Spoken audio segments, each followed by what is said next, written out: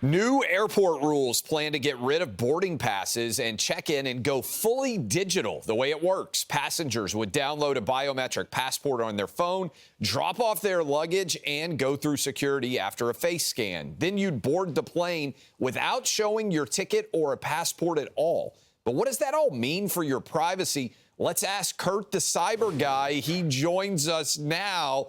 Katie on the staff here went through, she said, in Dubai. They just looked right at her. Boom, she goes in. So this is happening some places already. Should we be nervous? I mean, that feels kind of like a pretty big step.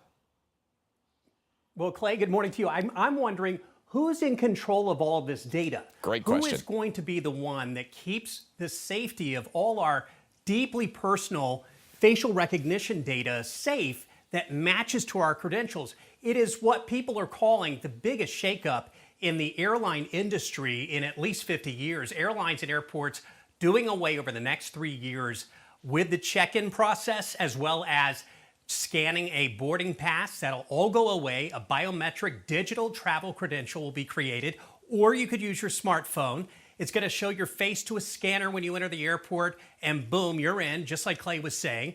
And this is, this digital travel credential will carry everything. It'll have your passport on it. It'll have your driver's license on it. It'll have your ticket on it. And it'll also understand your flight information to know if you're in the right place at the right time. Well, this is expected to radically shorten the amount of time you need at the airport. But again, a lot of questions about who's going to be in control of this data.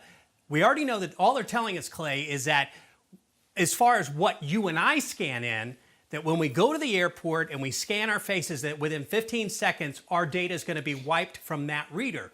But what about on the other end? Who's controlling all of that? There are a lot of unanswered questions here. Kurt, I also expect, because every single day it seems like I open up a news app and data has leaked. You're saying that that would be scrubbed in 15 seconds. I think a lot of people out there watching are asking the question, really? Because it feels inevitable that all of this highly sensitive data would at some point get scrubbed, get taken, get scanned, and end up in the wrong hands. Am I crazy for this to worry about it? I don't think so. Well, the world has been really bad at tracking all of this stuff, Clay. I think you're right. And the fact is, I don't know who's been determined to be in control of this data. And if it's a universal thing from the UN, and I don't know if many people know this, but, the UN dictates a lot of what happens when we fly.